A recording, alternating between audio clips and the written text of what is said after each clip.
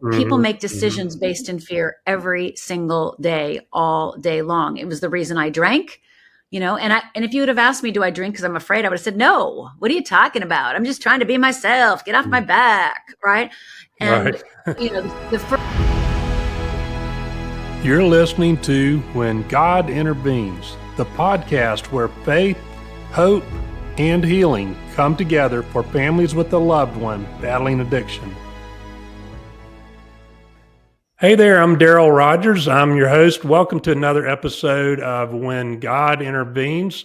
And I'm here today with Rhonda Britten. Rhonda's in California, and one of the interesting things that I used to watch her on television. She's been on reality TV, was on a show starting over. And Rhonda, how long did that show run? Yeah, it ran every single day for 3 years, Monday through Friday, noon NBC. I changed women's lives and men's because we had couples as well come through the house. And, I had the privilege of also being the first life coach on television in the world through the first TV show in the world that had a life coach change lives, which was in England called Help Me Rhonda. Okay, that's cool. I like the name, the title of that, and correlation with the song and everything. That's catchy. I like There it. you go. There you go. How many books have you authored? 4 books. I've got 4 books officially with Penguin Random House. And I also have a couple coaching books that you can find on my website. And I'm in the process right now. I just finished writing my memoir about my dark night. And I am in the midst of writing a book on fear. So I've got 4 published and I've got 2 on the way. Nice. So, it takes a lot of work to write a book. I know that you're a life coach and your specialty is fear, right? I mean, and fear, we were talking earlier that fear is really behind all of our problems when you get right down to it. That's right. That's right. Fear is behind our problems. So, for most of my life, I didn't even know I was afraid. And I think that's really the crux for many people. They don't have a relationship with fear. I mean, I grew up in Upper Michigan. We didn't talk about fear. We didn't talk about feelings. I had no relationship to I'm scared or I'm afraid. If you would have asked me if I'm scared or afraid growing up, or even in my, before I became who I am today, before I understood how fear worked, I would have told you no. Even in my darkest times, even in the worst moments of my life, I would have never said I'm afraid. But looking back on my life and looking at the last 30 years of my students and clients, it is clear that, everybody's trying to fix problems on the Titanic, moving the chairs on the Titanic, instead of dealing with there's a hole in the tank, right? Like there's a hole in the boat. And that's where fear comes in. So once we're able to actually talk about our fear and actually really build a relationship with our fear, then the way that we see our problems change, the way that we see our issues change, the way we see everything changes. Because then when you can look through things through the lens of fear, you get perspective, right? Because people make decisions based in fear every single day, all day long. It was the reason I drank, and if you would have asked me, do I drink because I'm afraid? I would have said, no. What are you talking about? I'm just trying to be myself. Get off my back, right? And, the first awareness was it was soothing myself, right? I was just trying to be fun. I was just trying to forget my problems. I mean, what's the big deal? I didn't think I drank out of fear. But looking back at my life, I can completely see that the reason I went from 1 drink to 10 drinks to 5 drinks to 8 drinks is because I wanted to escape. I wanted to leave. I wanted to find a different way to live through life. And when we're trying to escape our lives, that is driven by fear. Of course, being a family recovery coach and interventionist, I see parents making decisions that revolve around fear quite often. And I've been in that situation myself. I know what that's like. And I can remember the interventions. We had an intervention for our son mentioning that to me, that I was living in fear and making some of my decisions based out of fear. And I got angry, because as a man, you don't want to be. How dare you? Right. Yeah, I had that kind of a reaction because as a man, you don't want to be told you're afraid, of anything. But we all are. I mean, we're human and we all have fears. Why don't we talk about your story a little bit and your journey, sort of what led you into life coaching, what led you into TV and authoring the books that you've authored, and then where you are today? Excellent. I'd be happy to.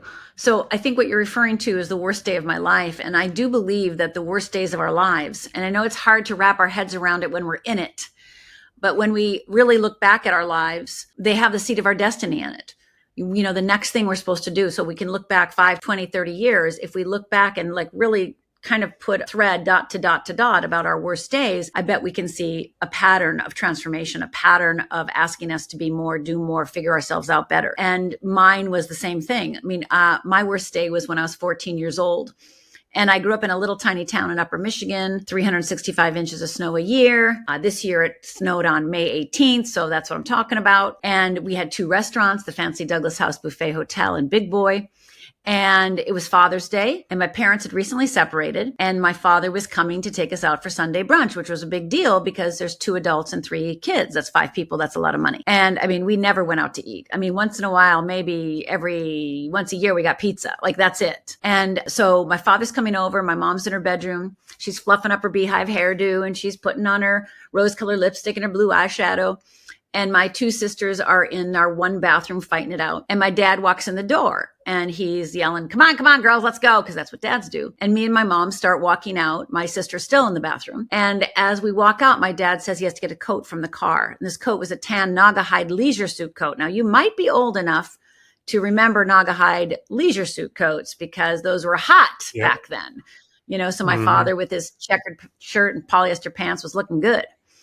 And as he opens the trunk to get his coat, I notice out of the corner of my eye that he is not grabbing a coat, but he's grabbing a gun. And he starts yelling at my mother, you made me do this, you made me do this. And he fires. He points it at me, and I believe I'm next. And he blinks and I blink, and we just stare at each other. I blink and he blinks. And then my mother, literally with already 1 bullet in her, she looks up and sees what's happening. And with her last breath, screams out, no, don't. And my father takes that bullet intended for me and shoots my mother a second time. And that second bullet goes through my mother's abdomen, out her back, lands in the car horn. And all I hear for the next 20 minutes is, and then my father cocks the gun 1 more time, puts it to his head and fires. So I'm the sole witness of watching my father murder my mother and commit suicide in front of me. Now, I don't know how anybody else would respond, but this is how I responded. It's my fault because I was the only one out there that could have stopped it. I didn't kick his shins. I didn't grab the gun, and I didn't even jump in front of my mother. So when they died and I did nothing, 1, happiness is off the table for the rest of your life. You don't get to be happy. And 2, that day, as many traumas, I split into 2, the outside Rhonda and the inside Rhonda. And the outside Rhonda was fine. I'm fine. No, I'm fine. And the inside Rhonda, guilt, regret, shame, self-hatred. And I started screaming, Dad, what are you doing? Stop, Dad, what are you doing? And he cocks the gun again. And those 2 of me, the outside and inside Rhonda, went on to try to live her life, right? And I kept it up in high school. By the time I hit college, I discovered alcohol. And alcohol was like amazing, right? Because I didn't have to think or feel anymore. So I started drinking, quickly became an alcoholic. I ended up getting 3 DUIs and trying to kill myself 3 times. And it was that 3rd suicide attempt that I realized something. I realized that I'm not very good at killing myself, not skilled at it. And I've got to figure out, if I've got to stay alive, I remember so vividly saying this to myself, if I have to stay alive, I've got to figure this out. So the years that I was drinking and DUIing and suiciding, I was also reading every book I could get my hands on. I was going to workshops. I was going to therapy. I was doing everything I could to save myself, while at the same time actively in my addiction. I'd be reading a book and having a glass of wine. And so I was wanting to be different. I was wanting to change. I just couldn't figure out what the problem was. I couldn't figure out the block. And when that 3rd suicide happened and I was forced to reconcile with the fact that I was alive, and if I'm alive, I said to myself, I must be here for a reason. I said to myself, well, all the stuff I'd learned those 20 years, all those books I read and all the workshops and all the therapy gave me a lot of knowledge, but they didn't tell me how to live my life, right? They didn't tell me how to apply it. They just told me what, be more loving, be more this, be more that, but nobody ever tells you how to do it. So I decided at that moment that I have to start over, completely over, because again, all that intellectual knowledge was nice, but it didn't change my life. So I said to myself, well, how do you start over? Well, kindergarten. What do you do in kindergarten? Well, you get a calendar and gold stars. So I actually went to the store, got a calendar with gold stars. And for the next 30 days, anytime I did something brave, any day I did something different, anytime I didn't indulge in my addiction, anytime I did anything positive and moving my life forward, I'd give myself a gold star. And at the end of 30 days, I recognized that I was in the process of learning how to live a different life. I didn't know about fear yet. I didn't know what this all meant, but I just know that there was something happening, and that the action I was taking, the small action I was taking of putting those gold stars on a calendar, was doing something to me. And I was feeling different about the possibilities of a different life. Again, it wasn't happening yet, but I had hope. And just like anybody who's in a place of desperation, hope keeps us going. And that hope kept me going. And it eventually led me, after years of study, et cetera, learning and understanding about fear and how that addiction, those suicide attempts, those DUI, all of it was because deep down I had a fear that I was afraid to face. I was afraid to look at. I was afraid to have a relationship with. And so every time I had a drink, I was trying to stuff it down. Every time I got too drunk and got a DUI, I was just trying to stuff it down. Every time I tried to kill myself, I was trying to snuff it out. And instead, now I can see even my father, which I know for some people this is a radical idea, but even my father killing my mother was based in fear, right? He didn't want to live without her. He did not want to have the shame and the humiliation of his wife leaving him. His shame and humiliation, i.e. based in fear, gave him permission, removed his moral and values, and gave him full permission to murder another human being as well as kill himself, right? Yeah. So that's what happens. We lose when we're afraid. Morals and values, for many of us, sadly, go out the window, including for myself. And so we want to start understanding fear so that we can live a life that is true for the being that we really are, the soul that we are intended to live, the life we're intended to live. During your whole story there, I was wondering about your sisters. You said they were in the next room? Yep. My sisters and I we've all moved through it, and we're all healthy human beings, to the best human beings can be. And we're close. We're still close. We see each other and talk to each other regularly. I just saw my older sister, and I'm seeing my younger sister in 2 weeks. And so we're very close. And I think that came from, we moved towards each other rather than away from each other. We were all we had. And, nobody came to help us. Nobody helped us at all. No family members helped us. Nobody came. So we only could rely on each other.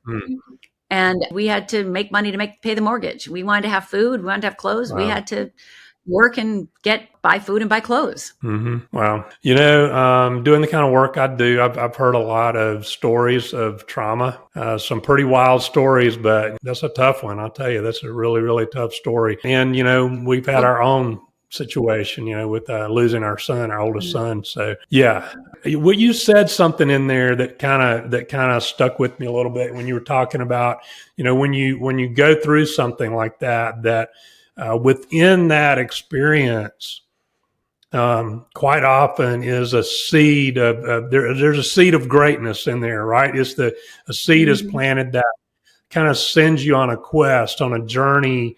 Quite often it can be the impetus to really changing your life going forward. Just because I'm sure the way you described it is very similar to what I felt. It's like I didn't understand anything about addiction when this happened to us, and so I sort of went on this journey trying to understand it, trying to learn, and then trying to learn, diving into myself, because I realized that, hey, it took me a little while to admit it, but I finally realized that, hey, I was part of the problem, and certainly once I knew he was addicted and to drugs, I was out of fear, doing a lot of things that I shouldn't have been doing, and trying, engaging in controlling behaviors and attempts to control, and which made the situation worse. It's been a journey, and I'm still changing. I'm still growing, still learning more, every day. But that's a thing that I see with a lot of people kind of get stuck in their grief or in their trauma, and they're not moving forward. They're just kind of reliving everything, and they don't understand how to repurpose that pain that they felt from that experience to use it to propel themselves forward. Is that something you can speak to a little bit? I can. I'm so glad you asked this. This is such a beautiful question. And your story about your son is so beautiful because, as you were speaking, I was thinking, what a beautiful gift that you and your son joined together to do in this world. I like to think this gives me solace, whether it's true or not, Darryl, I don't know, because we're not on the other side, but I choose to believe it because it gives me solace. I choose to believe that me and my mom and dad were up in heaven, right? And angels. And we're like, oh, what do we want to do next lifetime? Yay. And we're, of course we're not dad, daughter, and Rhonda. We're just three angels. And my dad goes, Hey, how about you, pointing to me, I just came up with this idea. Why don't you help people master fear? And I'm like, me master? Wow, that'd be awesome. Right. And then my dad says, oh, but something bad's going to have to happen to you. It's like, yeah, something bad's going to have to happen. And my dad goes, I'll be the bad guy this lifetime. I'll be the bad guy. And it's like, okay. Why don't you be the mom? I'll be the dad. You be the daughter. And how about this? In order for you to help people master fear, you're going to have to go through something horrible. So I'll kill your mother and then I'll kill myself. And then you'll go on to help people master fear. And we were all in heaven going like this, yay, this is awesome. Right. Yeah. And I know it's hard to wrap your head around that. But it gives me such solace to know that at the core, our souls were connected and we were doing something, whether we were awake to it or not. And when I was hearing your story about your son, I just kept thinking of how much love there was in your quest and his ultimate sacrifice for you to become who you are today, for you to find yourself. When you talk about people stuck in their grief, that's what I did for 20 years. Between the day my parents died and when I turned 34 years old, I carried my parents on my back. They were part of every decision I made, whether I was aware of it or not.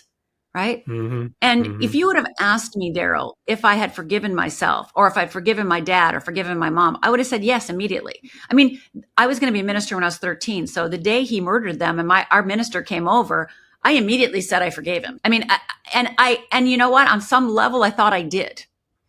But it wasn't until I was willing to not only forgive the perpetrator, my father, but also forgive my mother, who was the innocent victim here.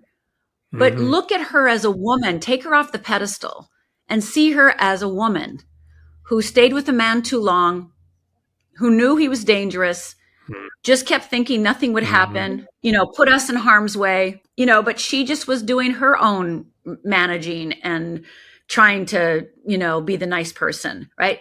And she was riddled with fear. And then lastly, I was actually the hardest person to forgive because I didn't save them. So forgiving my father, forgiving my mother, and forgiving myself dramatically changed my life. And I'll never forget the day when I really forgave them. It was the 20th anniversary of their death. And I did this whole ritual, which is described in my book, Fearless Living, of how to forgive them. And I'll never forget when I stood up. I didn't even know I would experience this, Darryl, but what I felt was, I felt like I was walking my own footsteps for the first time in my life. Like I was walking in my own footsteps, like my parents weren't on my back anymore. I wasn't carrying them anymore. And that's what forgiveness does. And in order to forgive my father, I actually created this exercise way before I became a life coach. I created this and turned to walk away from that ritual and that forgiveness work I did when I was still drinking. And because I was like, how am I going to get past this forgiveness, right? How am I going to let this go? Because I was constantly trying to figure out, I got to let this go. And again, many times I thought I did. Then I would be in a situation where I would act out and I would, that would come barreling back to haunt me. So I'd happily give an exercise real quick to help people forgive themselves, for any part of or no part of the situation that's happening in their family right now or with somebody they love. And it's taking a piece of paper and it's putting a line down the middle and it's putting the person's name, whether it's your name or, your son's name or somebody else's name, whoever is you're mad at, is a person you want to keep blaming. Again, it could be yourself. You put the name on the left-hand side of the column. On the right-hand side, you write, I'm willing to forgive you. And this is how the exercise goes. So let's say I put my dad's name up there. On the left-hand side, I say one sentence, one phrase, only one thing, not a big letter, not the at, one thing. So I might write, Dad, how could you do this to us? Right? That might be the first thing I write. Then I go to the right-hand side and I write, I'm willing to forgive you. Then you go back to the left-hand side. No, I'm not. I'm never going to forgive you. Go back to the right-hand side. I'm willing to forgive you. Left-hand side, you left us homeless with no money, you left us with nothing. They had no insurance, nothing. Right-hand side, I'm willing to forgive you. Left-hand side, right? You go back and forth, back and forth. And what you're doing is you're literally teaching your brain how to live with the feeling of grief and upset and in the paradoxical desire to let this go, to forgive. So you're retraining your brain that you can live in the paradox. Both things can be true. And if you don't want to write down, I'm willing to forgive you, then write down, I'm willing to forgive you one day. I'm willing to forgive you one day. Maybe 20 years from now, one day I'm willing to forgive you. So just get your toe in and do that exercise until you're emotionally exhausted. And that might be 3 pages. It might be 5 pages. And I didn't do this just once with my dad. I did it a few times, many times with my dad. And then I do this exercise today with anyone that I have bitterness towards, resentment towards, anger towards, because I do not want to carry that. One, it's not mine to carry. And two, I want to be free in my own body and have my own sovereignty and agency. And when you're in that place of unforgiveness, the past, the trauma has you rather than you have you, rather than your soul. So, this exercise truly gave me the place and the space and the guidance to actually end up one day being able to forgive my father. I like that. I needed that exercise a long time ago. Yeah, I could still use it for sure. I had a lot of issues around. I blamed the driver for a long time. It was my son's car, but there was a young woman who was driving his car, and unfortunately, 7 months after the wreck, she took her own life. So it really was not until after she took her own life that I was able to forgive her for the role she played in my son's death. I've had a lot of regret over that too, that I had to deal with, that I did not reach out to her, that I did not forgive her before she did that. I get your story a lot. I really do. I mean, I just can't even imagine, but there's definitely some commonalities there. So let's talk about, for my audience a little bit, who is parents who have a child battling drug or alcohol addiction. And it's mostly the moms in my audience. It's mostly the moms that reach out to me. But let's talk to them for just a minute about fear and how fear is maybe impacting some of their decisions around their child battling addiction. Their decisions to enable, to not maintain their boundaries, to rescuing behaviors, things like that. Yeah. I mean, the first thing that I want any mother or father to hear, or any partner to hear, or any loved one to hear is that I always lead with compassion, Darryl, because I think, the world is hard enough. And I think that if we can be soft with ourselves and if we can just say to ourselves, the reason I'm enabling and the reason I'm doing all these things is because that's the only way I know how to love, right? That's what I think love is. Yeah. And so you're doing, I've enabled and I've done all those things. And I was an alcoholic. So, I just think that I did that trying to save myself in some weird sort of way. And so if we can really look through the lens of love and fear and, are you willing to forgive yourself, right? Like you said, Darryl, you had to forgive yourself. I think forgiving yourself is a huge step in releasing the need to enable, releasing the need to control. Because when you forgive yourself, you now no longer have to make it up, right? You no longer have to apologize or make it up in a way of, enabling and controlling. So first of all, just know that that's love in your definition, right? And then you get to change that definition of love. So we all want to love. We all want to care. We all want to save. We all have that innate desire to do that. So it's really about changing the definition for yourself. That's one of the things you can do, is change the definition.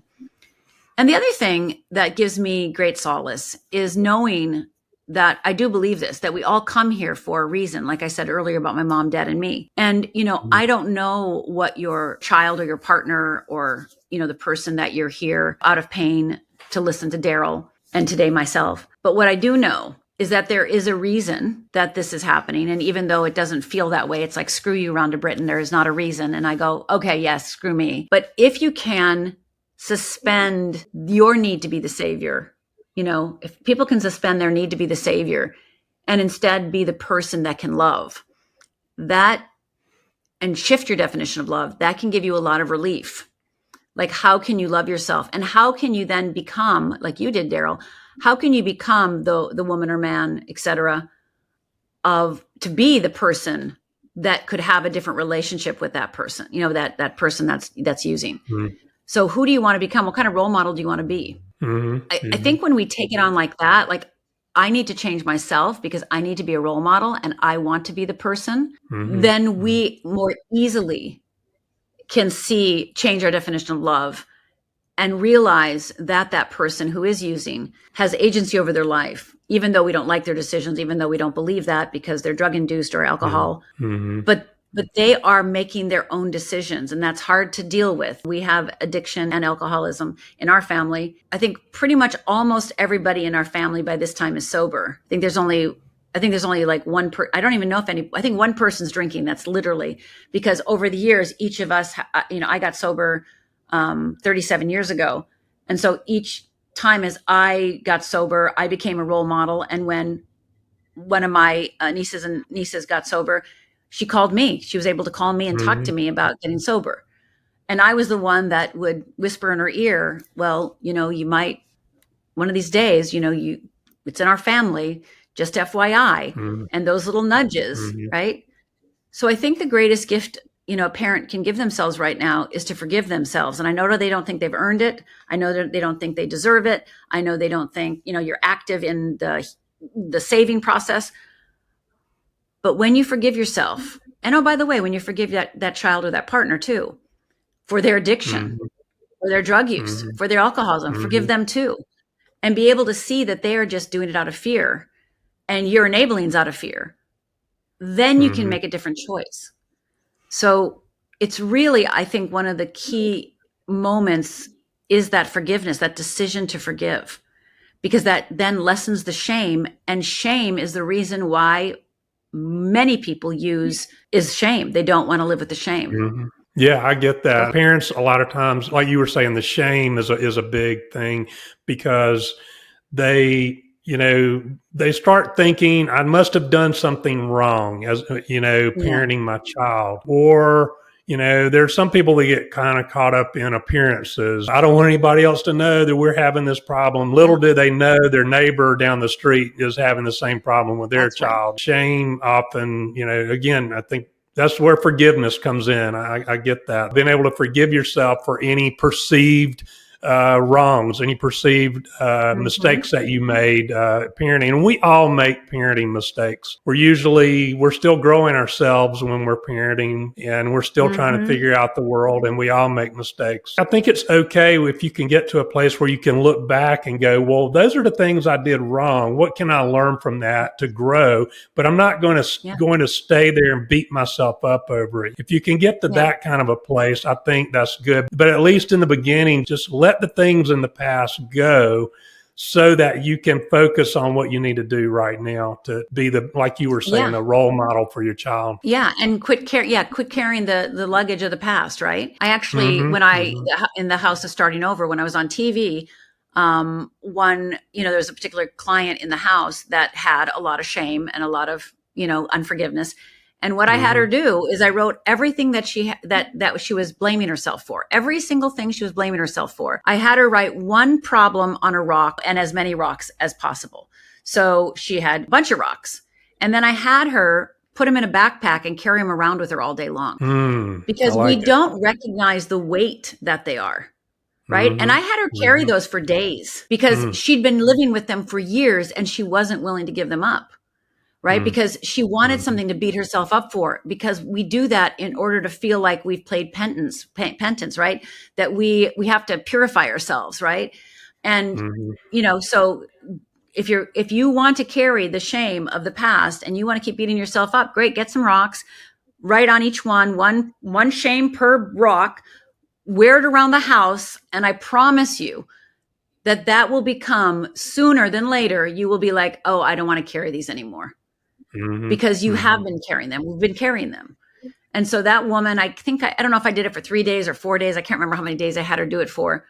But I had her do it until she literally came to me and said, from a place of exhaustion and willingness, because it takes a willingness to go, okay, I'm ready to move on. And it's like, okay, great. So let's do it. Because yes, we all did things in the past. Just like you said, I think that was brilliant. It's like, okay, did things in the past. Great. What kind of, again, role model, what kind of human being do you want to be now? So anything that you hide, people talk about a family as a system. And so everything that you hide, what is your child learning about hiding, right? So we don't want to hide. We don't want to increase shame. We want to decrease shame.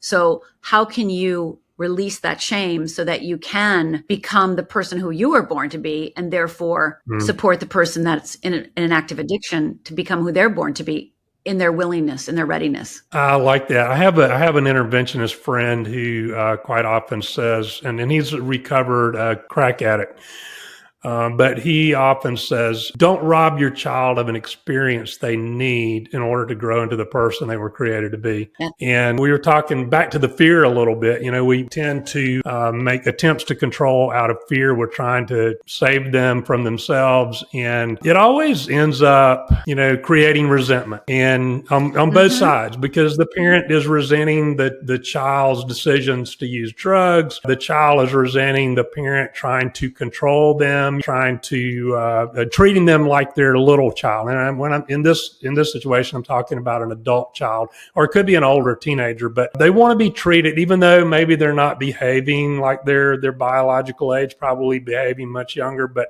they want to be treated like they're whatever biological age they are. And so that builds resentment. Yeah. Well, I agree with you 100%. And it made me think of this little fear quiz that I have.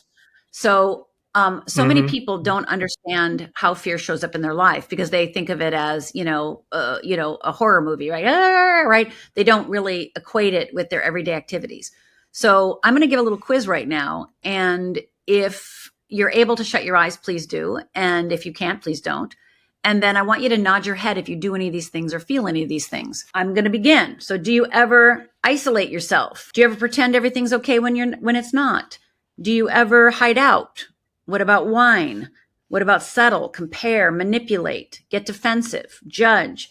Do you ever complain, procrastinate, worry, struggle, wait and call it patience, blame, deflect, control?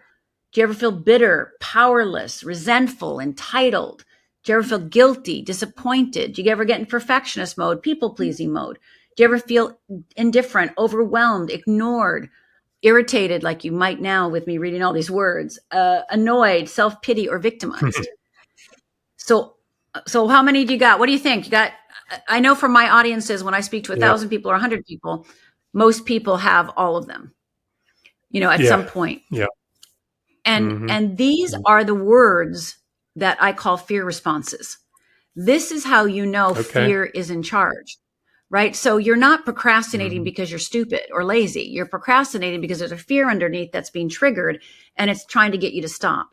When you get overwhelmed, or when you procrastinate, when you people please, or when you complain, right? Manipulate, literally there's a trigger underneath causing that behavior. And so when you can see these things as not character flaws or, problems, or, these are the things that are wrong with you, and instead see them as fear responses, you're really putting them in the proper category. And that relabeling, that reframing gives you a little extra space, a little more space to support yourself into shifting your behavior, shifting your thoughts, shifting your feelings. So it's really important that, again, I'll just say it this way. The number one thing you can do, besides the forgiveness exercise, which I shared, is actually start keeping track of those fear responses and start calling them fear responses instead of these are the things wrong with me. Because in that moment, you're giving yourself a breath of fresh air. You're decreasing shame and blame, and you're looking at them through a different lens called, I do these behaviors when I'm afraid. And there's lots of good reasons to be afraid when you have an active addict in your life. Oh, yeah. Yet, right, there's a lot of reasons to be in fear. And what you said just a minute ago, which is, I'm only responsible for me. I'd love to be responsible for everyone, by the way, Darryl. I'd love to be responsible and in control of everybody. I'd like tell them exactly what to do, just like you would, I'm sure. But, sovereignty is a beautiful gift you give another human being. And unless you have that sovereignty, unless you have agency over life, you don't feel like it is your life. That's right. Well, Rhonda, why don't you tell us a little bit about, where people can find you, anything else that you have you'd like to talk about, a book? Do you have a book you have a book coming out soon or?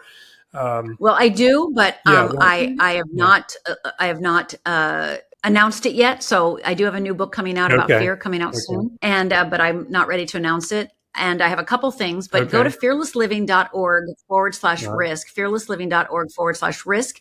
And I want to give a gift of a course, and it's 3 15-minute videos. It's called Stretch, Risk, or Die. And basically, if you think about it, is whatever you want to change about yourself, whatever goal you have, whatever dream you have, whatever thing you're working on, whether it's, giving your child sovereignty or, keeping your emotions in place, you're going to use Stretch, Risk, and Die to help you get there. Because basically what it is a tool to get you from where you are to where you want to go. And it's my client's very favorite exercise. And you go to fearlessliving.org/risk, put your name and email in. You're going to get access to 3 15-minute videos. And also that third video, we haven't talked today about the Wheel of Fear, but it will also demonstrate how the Wheel of Fear works so that you can actually see the Wheel of Fear in motion and see where those fear responses live. So once you see your Wheel of Fear, then life becomes a lot clearer because now you know why you did A, B, C, D, because we each have a unique and individualized and personalized Wheel of Fear. So go to fearlessliving.org/risk and grab that course. The thing that I think that is the most important message that I want to leave everyone is there is nothing wrong with you. It's just fear. There's nothing wrung with you. You've just got a big heart, and, we get to rechannel that big heart. Yeah. Well, I mean, I could talk for hours about this because there's so many little things that you're bringing up for me as you're talking about the fear, and just experiences I've had in my lifetime. I used to be a pilot, and I was a professional pilot, and you definitely get into some situations every now and then where the fear pops up. You have to rely on your training to overcome those thoughts. But anyway, I've really enjoyed talking with you, Rhonda, today. I've enjoyed getting to know you a little bit better. And, I'm going to have to get your book myself because there's so many good things, so many little nuggets that you've laid out there today regarding fear that, like I said, probably the biggest thing that my audience struggles with. So, any tool that I can use to help them conquer that, help them get a little bit closer to being able to let go of those attempts to control would be really helpful. So I want to thank you again for being on the show. Thank you. Be fearless, everyone. There's nothing wrong with you. It's just fear. Thank you, Rhonda. Thank you for tuning in to When God Intervenes. If you found today's episode helpful, please subscribe and leave a review. Your feedback helps us reach more families in need of hope and healing. For more resources and support, visit our website at thefamilyrecoverycoach.com. Until next time, stay strong and keep the faith.